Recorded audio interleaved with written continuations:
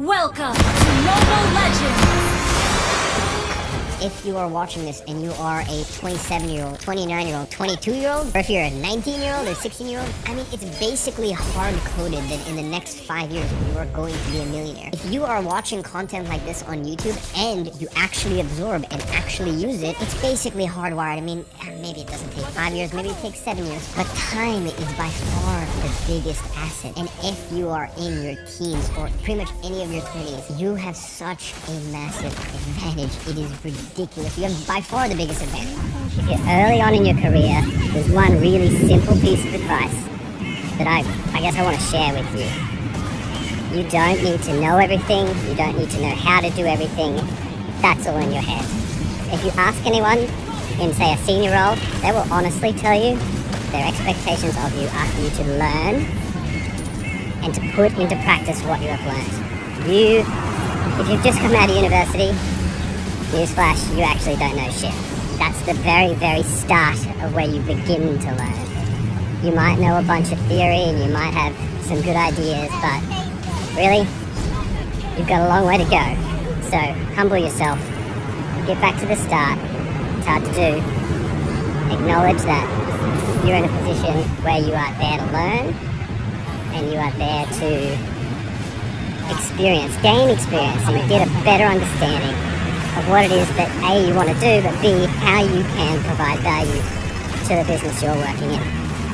What should people do? They should be very, very focused on trying to do the following. Lean in dramatically more to things that are positive. Step back, audit your entire life from the people you spend time with, your family, your friends. Look at every person you follow. Are they triggering your insecurities for their own self-interest? Or are they trying to put love into it so that you go on and do your thing? Watch. Look for it. Solve rich people problems, they pay better. And if you solve rich people problems, they will make you one of them. When you solve rich people problems, you get to charge rich people prices. Part of the reason that a $50 person is saying, well, what exactly am I be getting? If somebody's got $100 in their bank account, you're asking for 50% of their net worth. So for them, it's a very important decision. And unfortunately, this still might be half the population. Doesn't mean necessarily you should sell to them. And to the same degree, that $50,000 might have been less than 1% of that other person's net worth. So they just didn't even care. It would have been the equivalent of trying to sell $1 to that person who's $100 in their bank account. You can only go to zero. Like, you can only be so poor, but you can be infinitely rich. So your upside is uncapped, but your downside is zero. And so when you deal with rich people, you have unlimited upside, which is why they are better customers.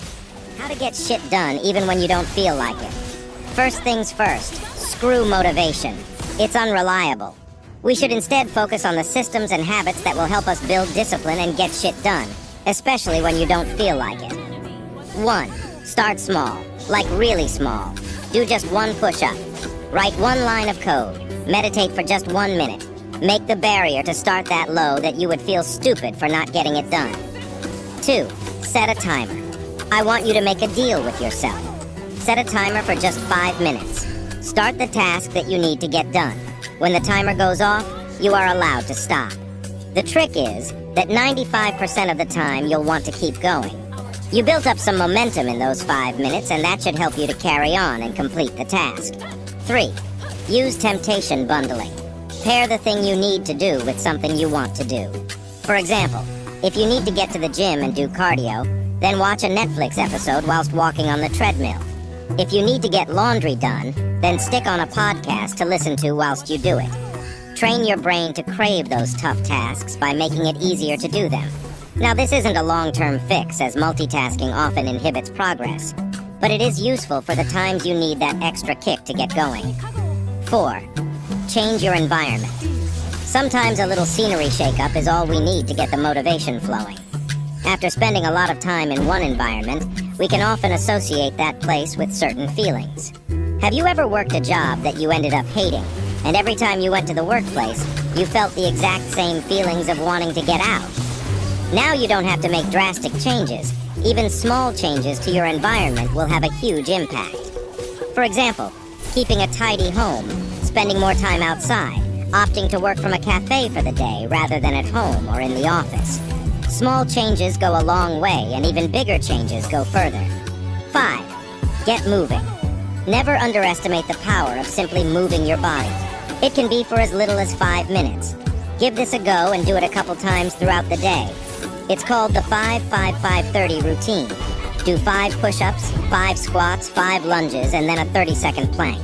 Repeat this a couple times throughout the day, and especially after periods of sitting down for an extended amount of time.